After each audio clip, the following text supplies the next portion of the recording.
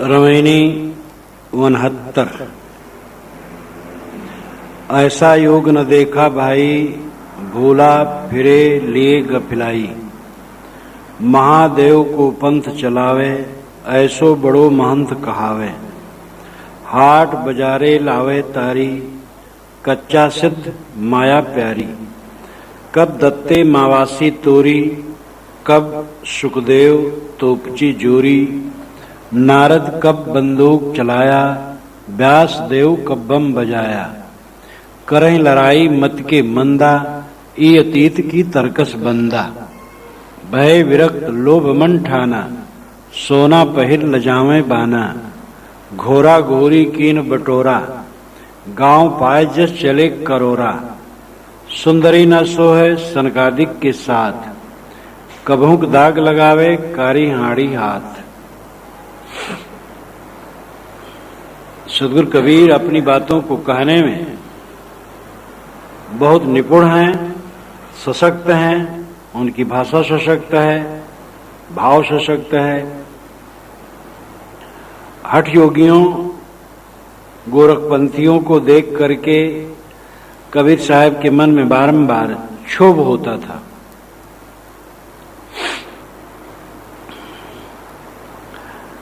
वह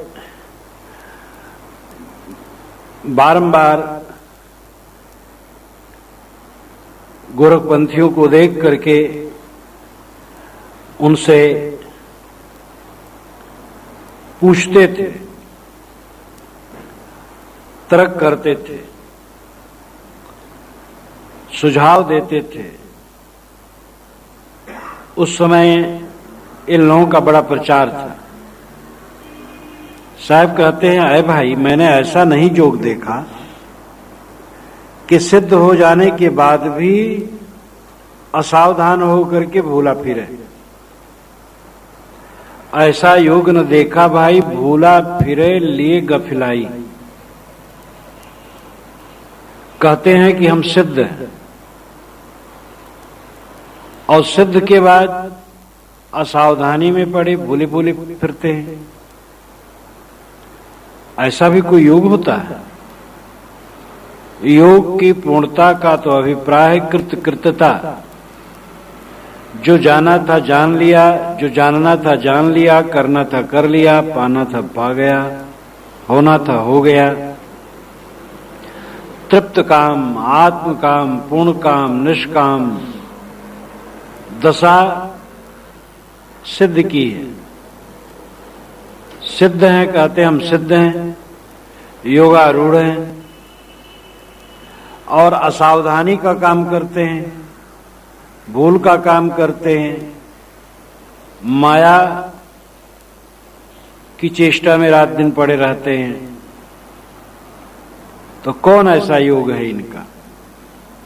महादेव को पंथ चलावे, ऐसो बड़ो महंत कहावे। ये लोग महादेव का पंथ चलाते हैं, कहते हैं हम शैव हैं और इस प्रकार अपने आप को श्रेष्ठ ज्ञान मार्ग अवलंबी मान करके बड़े महंत कहलाते हैं। वेदांतियों का मार्ग शैव मार्ग है, गोरखपंथियों का भी शैव मार्ग है। उस समय शैव मार्गावलंबी काफी उत्कर्षता पर थे। स्वामी शंकराचार्य ने इसको और ऊंचा उठाया था। स्वामी शंकराचार्य 8वीं शताब्दी में हुए हैं। आज से करीब 1200 वर्ष हो रहे हैं उनके हुए। उन्होंने 10 नामी सन्यासी चलाया, गिरिपुरी, भारती, बन, आरण इत्यादि, और राजाश्रय उन्हें प्राप्त हुआ। खूब मठ बने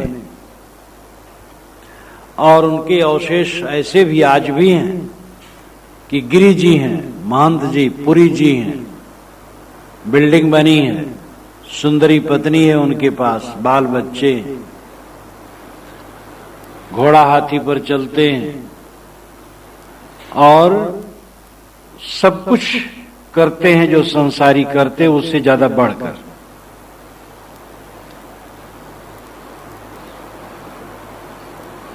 उनमें कुछ हठ योगी कहीं गुफा खोद करके उसमें बैठे मिट्टी के अंदर ध्यान योग समाधि लगा रहे हैं, कहीं पानी में लगा रहे हैं, कहीं चौरस्ते पर लगा रहे हैं। धन दौलत के लिए और कीर्ति के लिए ये सारा प्रपंच कर रहे हैं। और बड़े बड़े महंत लखपति, करोड़पति, अरबपति होते हैं और ठाट ठटते हैं ऐश्वर्य का। यह सब बहुत निकट से सदगुरु ने देखा था। हाट बाजारे लावे तारी, कच्चा सिद्ध माया प्यारी। हाट और बाजार में तारी लाते हैं। हाट कहते हैं छोटे बाजार को, बाजार कहते बाजार को। तो हाट और बाजार में तारी लाते। तारी का मतलब है ध्यान। चौरस्ते पर घोषणा कर दें कि बैठ जाएंगे ध्यान में, लोग कहेंगे वाह बाबा बहुत सिद्ध है। साहब कहते सिद्ध कुछ नहीं, कच्चा सिद्ध है। माया प्यारी, इनको माया प्यारी है। रुपए के लिए बैठते हैं, कीर्ति के लिए बैठते हैं, प्रसिद्धि के लिए बैठते हैं। तो इनको कल्याण की इच्छा कहां है? ये लोग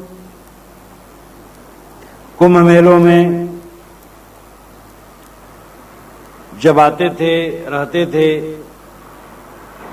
तब इनका जुलूस निकलता था, जिसको शाही निकलना कहते हैं। शाही यानी बादशाहत का रोब लेकर के, हीरे पन्ने पोखराज से जड़े वस्त्र, ताज, हाथी घोड़ों पर सवार होकर के चलते थे और अस्त्र शस्त्र लेकर के चलते थे। आज भी चलते हैं, भाला बल्लम और तलवार भांजते हुए उनके आदमी आगे आगे चलते हैं। और रोब ये रहता था कि पहले जो स्नान करे वो श्रेष्ठ है। तो इसमें इनका जुलूस आगे बढ़ता था। दूसरे लोग अगर आगे आने की चेष्टा करते थे तो ये मारकाट कर देते थे। आए दिन ये होता था। वैष्णवों को तो इन लोगों ने बहुत सताया है। तो वैष्णव होते थे अंश की, तो वैष्णव ने फिर नागा दल बनाया। अनपढ़ गवार बलवान शरीर वालों को बटोर बटोर कर उन्होंने नागा दल बनाया। और किसी भंडारा में नागाओं का ज्यादा सत्कार, खान पान उनका ज्यादा और उनकी पूजा भी ज्यादा। और जब जहां जरूरत पड़ी तो जय हनुमान कह करके दौड़ा देते थे नागाओं को। तो शैवों का भी दलन होने लगा। अयोध्या में शैव भरे थे। पहले कभी जैन और बौद्ध भरे थे वहां, न वैष्णव थे न शैव थे। वैष्णव का नाम निशान ही नहीं था और शैव भी नहीं थे। जैन और बौद्ध भरे थे। फिर समय आया, शैव बढ़ गए। जैन बौद्ध वहां से करीब करीब शून्य हो गए उनका। शैवों ने परेशान किया वैष्णव को, तो वैष्णव ने नागा दल बनाया। तो इनका नागा दल फिर वैष्णव को खूब रगड़ा। तो ये भागे और भाग भाग करके ऋषिकेश हरिद्वार पकड़े। इसलिए अयोध्या में आज सैकड़ों वर्षों से शैव नहीं है। अब आकर के कहीं कोई लाल वस्त्रधारी बैठा हो अलग बात है, लेकिन वो भी वैष्णव के स्वर में मिला करके ही रहता है, तभी कुशल है। अब इस समय वैष्णव का बोलबाला है वहां। तो शैव लोग इस प्रकार मारकाट करते थे। एक शैव का सिर हनुमानगढ़ी के मंदिर के सामने ऊपर चौबाहे में टंगा था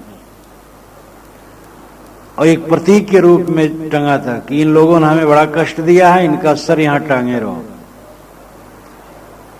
तो कुछ दिन हुआ, एक प्राचार्य ने जाकर के निवेदन किया कि महाराज वो जमाना चला गया, अब शैव वैष्णव सब प्रेम से रहते हैं, ये कलंक का टीका है, इसको हटा दीजिए। कहे नहीं, बिल्कुल नहीं हटाएंगे, इन लोगों ने हमारी परंपरा को बहुत बर्बाद किया है। तो उस समय उन्होंने नहीं हटाया, लेकिन अब सुनता हूं कई वर्षों से हट गया। तो ये शैव लोग बड़ा उन्माद करते थे। साहब कहते, कब दत्ते मावासी तोरी? दत्तात्रेय जी ने कब किसका किला तोड़ा? मवासी किला। कब उन्होंने किसी का किला तोड़ा? कब? सुखदेव तोपची जोरी। तोपची कहते तोप चलाने वाले को। तोप चलाने वाले सैनिकों का दल कब सुखदेव जी ने जोड़ा? नारद कब बंदूक चलाया? नारद स्वामी ने बंदूक कब चलाया, बताओ जरा। व्यास देव कब बम बजाया? वेद व्यास जी ने कब बम बजाया? बम यानी जुझारू बाजा बजवा करके, सेना साज करके किस पर हमला किया?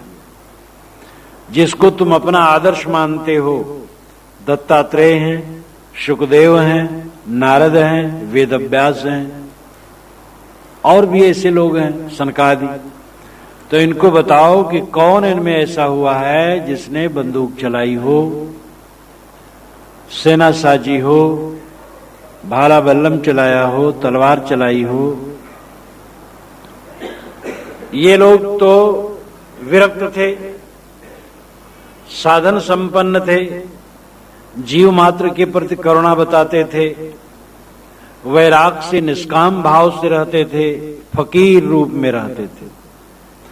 वेदव्यास थे एक ऐसे थे, न गृहस्थ थे न विरक्त थे। उनकी विधिवत शादी कभी नहीं हुई थी, विद्वान थे, तपस्वी भी थे, जरूरत पड़ने पर बाल बच्चा पैदा कर देते थे, और ऐसे सदा रहे, और एक प्रकार फकीर रूप में ही रहे। नारद तो हरदम तमूरा लिए घुमा ही करते थे, सुखदेव स्वामी तो महाविरक्त थे, दत्तात्रेय महाविरक्त थे, जिनको तुम आदर्श मानते हो वो महाविरक्त। और तुम्हारी करनी क्या है, इसको देखो, तुम्हारी करनी कितनी खोटी है। धन दौलत के लिए दिखावा करना, समाज लगाना, मेलो ठेलों में जाकर के सबको सताना, अस्त्र शस्त्र चलाना, जो साधन में लगे हुए हैं उनको परेशान करना, क्या यही तुम्हारा योग है? करें लड़ाई मत के मंदा। जो मत के मंद है वह लड़ाई करते हैं, जिनकी बुद्धि क्षीण है, जो विवेकहीन है वह लड़ाई झगड़ा करते। संत लड़ाई नहीं करते। ये अतीत की तर्कस बंदा, ये अतीत है कि तर्कस बंद। तर्कस चाम का थैला होता है, उसमें तीर रखा जाता है और पीठ पर बांध लिया जाता है। जब बाण चलाना होता है, एक एक बाण निकाल करके धन्ना पर रख करके लक्ष्य पर मारा जाता है। तो ये अतीत है कि तर्कस बंद है। अतीत कहते हैं त्यागी को, जो एकदम विरक्त हो। तो इनको अतीत कहा जाए कि तर्कस बंद, अस्त्र शस्त्र बांधने वाले, भय विरक्त लोभ मन ठाना। ऊपर से तो विरक्त हो गई, कपड़ा विरक्त का पहन लिए और मन में लोभ निश्चय कर लिए, अधिक से अधिक धन बटोरना और उसका उपभोग करना। सोना पहन लजामे बाना, ये सोना पहन करके बाना को लजाते हैं, साधु वेश को लज्जित करते हैं। पूर्व आश्रम में रहते रहते मैं अयोध्या आता रहता था। कबीर साहब के विचार मुझे नहीं मिले थे, पूजा पाठ करता था, अयोध्या आता था, सरजू में स्नान करता था और बछिया छूता था। और हनुमान गढ़ी पर पूजा चढ़ाता था, फल मिठाई चढ़ाता था और राम जन्म स्थान पर जा करके दस्तखत करता था अपना कि राम दरबार में मैं आ गया हूं। और मंदिर मंदिर घूमता था और जहां बन सकता था पैसा टका चढ़ा देता था।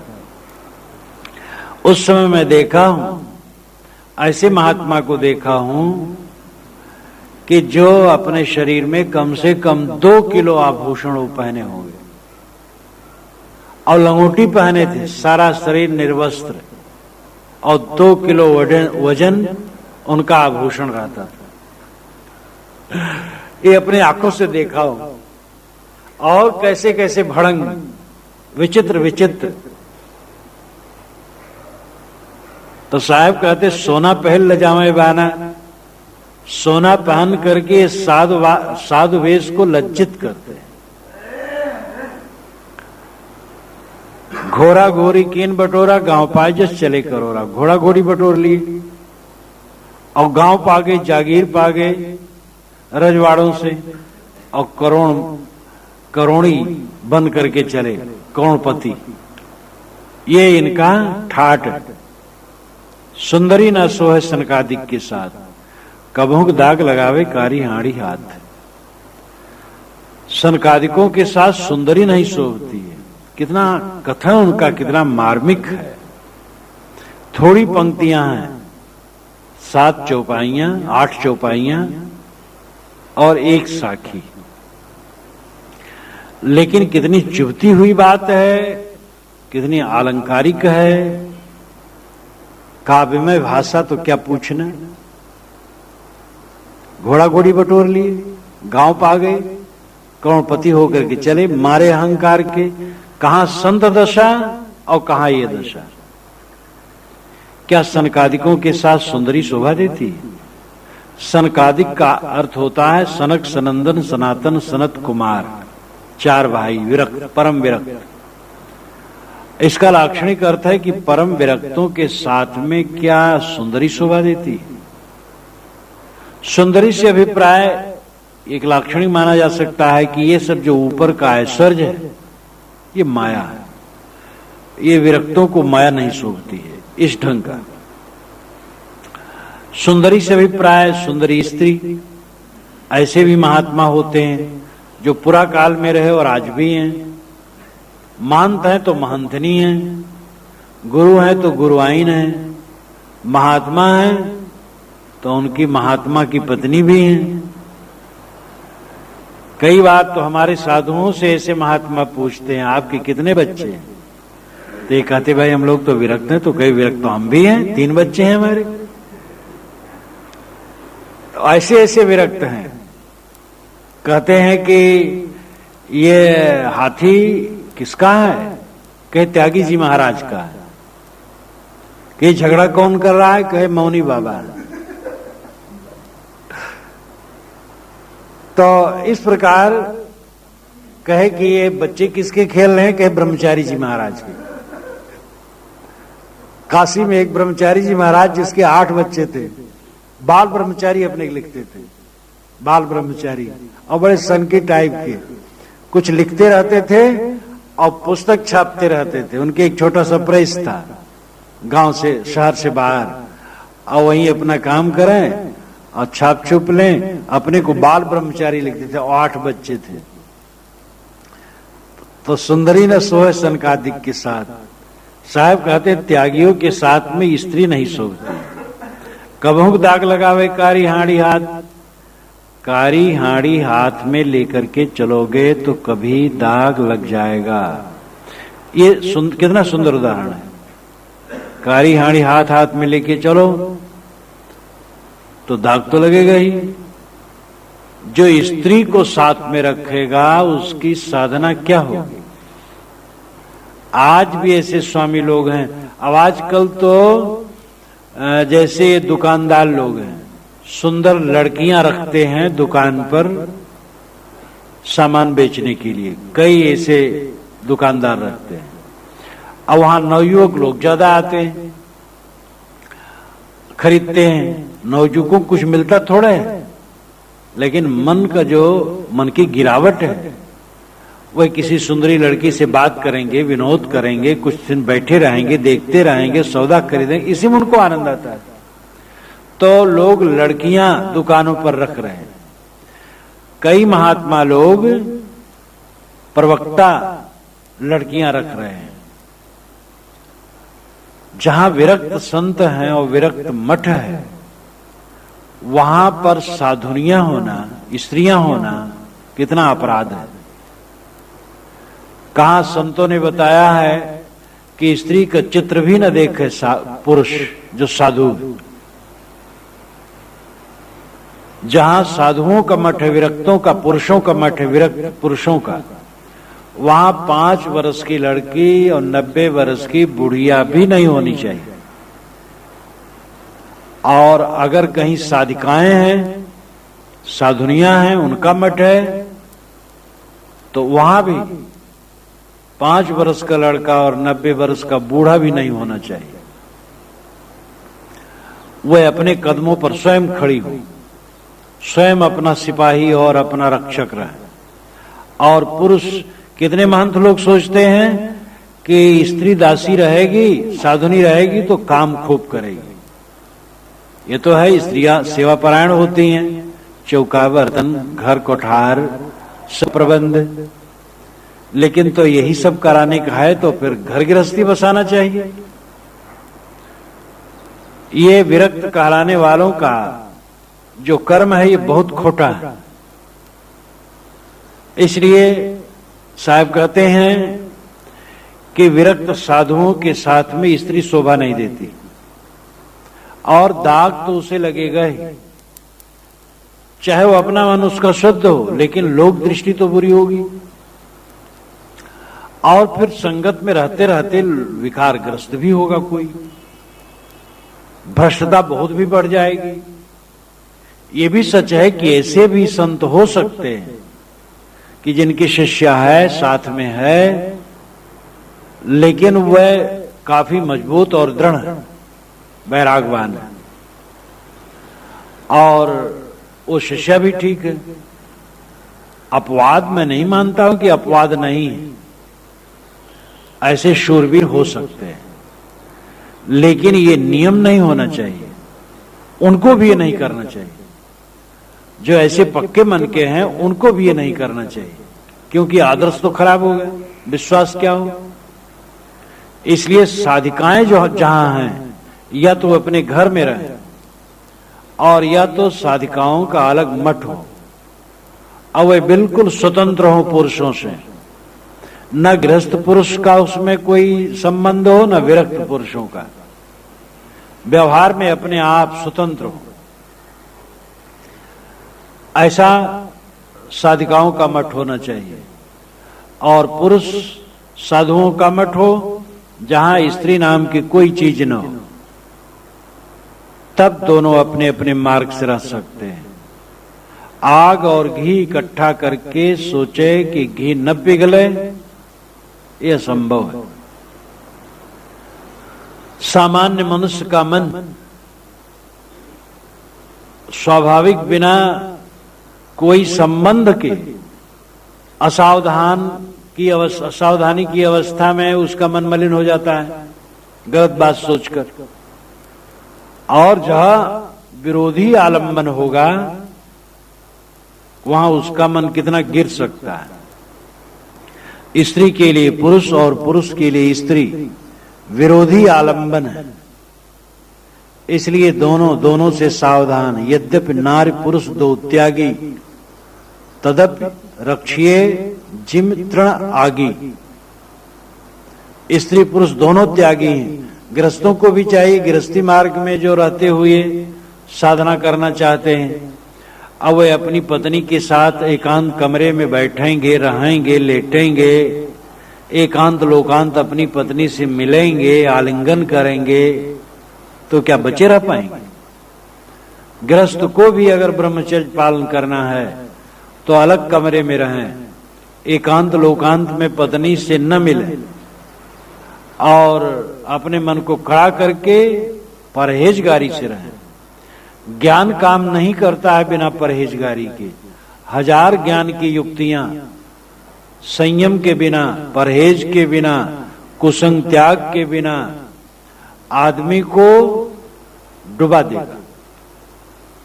जो जो ज्ञान का अहंकार किए कि हमें कुछ नहीं होगा, वे बह गए। इसलिए बहुत विनम्रता की आवश्यकता है, कुसंग त्याग की आवश्यकता है।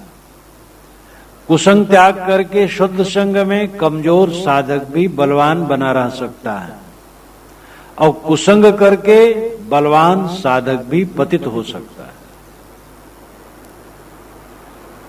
इसलिए कुसंगत महाविष है। सद्गुरु कहते हैं कि तुम विरक्त हो तो ये भाला बंदूक न रखो, अस्त्र शस्त्र न रखो, लड़ाई झगड़ा न करो, और धन बटोरने की चेष्टा न करो। धन आवे और खर्च करो।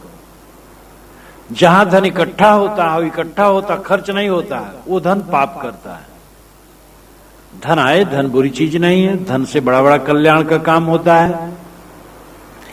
धन का अच्छा उपयोग करते चलो। अपने शरीर पर धन ज्यादा न खर्च करो। महंत हो या गुरु हो या अगुआ हो, तो ये नहीं कि चढ़ता बचता है तो अपने शरीर पर ज्यादा उड़ाने लगे। वो चढ़ता है, समाज के लिए चढ़ता है, तो इसलिए अपने शरीर पर ज्यादा धन खर्च न करे, उसको सामान्य रखे और समझे मैं केवल ट्रस्टी हूं, केवल सेवक हूं। गुरु महंत को अपने को सेवक मानना चाहिए, चाहे उनका नाम गुरु हो, महंत हो, आचार्य हो, मंडलेश्वर हो, महामंडलेश्वर हो। उन्हें समझना चाहिए मैं समाज का सेवक हूं, और विनम्रता पूर्वक वे सेवा करें, विरक्त रहें, अपने लिए अकिंचन रहें, और स्त्री से एकदम परहेजगारी रखें। तब विरक्ति चल सकती है, उनका अपना कल्याण हो सकता है, और समाज के वे प्रकाश स्तंभ बन सकते हैं। नहीं तो बिगड़ी घड़ी बन करके, जैसे बिगड़ी घड़ी हो, बजे हैं 12 और उस घड़ी 9 बजा रही है, वो घड़ी 9 बजा रही है, और 11 बजे ट्रेन पकड़ना है, तो आदमी सोचेगा अभी तो काफी टाइम है, और धोखा खा जाएगा। तो विरक्त नामधारी जो पैसा बटोरते हैं, अपना पैसा ब्याज पर देते हैं, और जगह जगह गृहस्थों से ऐसा संबंध रखते हैं, कहीं मुकदमा लड़ने में आगे हैं। महाराज जी जरा हमारा भी मुकदमा देख दो, उनका भी मुकदमा ले लिए। लड़ाई झगड़ा, राग द्वेष, कलह कल्पना, ये सब व्यवहार करते हैं। ये विरक्त का लक्षण नहीं। विरक्त का लक्षण है कि वो स्त्री से एकदम सावधान। स्त्री मात्र मां है, उसके प्रति आदर बुद्धि, लेकिन कुसंगत से दूर। जो समाज में धन मिले भक्तों द्वारा, संतों द्वारा, सन्मार्ग में खर्च करता रहे। व्यक्तिगत अपने शरीर के लिए ज्यादा जोड़े ही ना। जो कुछ जुड़े वो समाज के लिए हो, संस्था के लिए हो, और उसका उपयोग होता रहे। साधु कभी ब्याज पर अपना पैसा न उठाए, और व्यवहारिक संबंध गृहस्थों से न रखे। लेना और देना, ये भी साधुओं की आदत बहुत गलत है।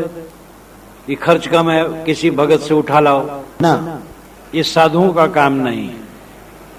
सदगृहस्थ भी इससे बचते हैं जो समझदार है, लेकिन साधुओं को लेन देन का व्यवहार करना, ये अपने आप को उलझाना और साधु मार्ग से अलग हो जाना। साधु के पास इतना पैसा ही नहीं होना चाहिए कि उसको कर्ज उठाने, ब्याज पर देने का अवसर आए। खर्च करें, विवेक से उसका उपयोग करें, और उतना ही काम करें जो अपने शक्ति के अंदर है। हमें करना क्या है? अपने साधन भजन में रहना है, और चीज आ गई उसका उपयोग कर देना, नहीं चुपचाप बैठो, भजन करो, ध्यान करो, समाधि करो। लोक कल्याण भी आत्म कल्याण करते हुए करना है। लोक कल्याण के चक्कर में पड़ करके जो लोग अपने को उलझा देते हैं वो लोक कल्याण क्या करेंगे। साधु का मुख्य काम है सेवा, स्वाध्याय, ध्यान, समाधि, आखिरत में अपनी स्थिति में जाना।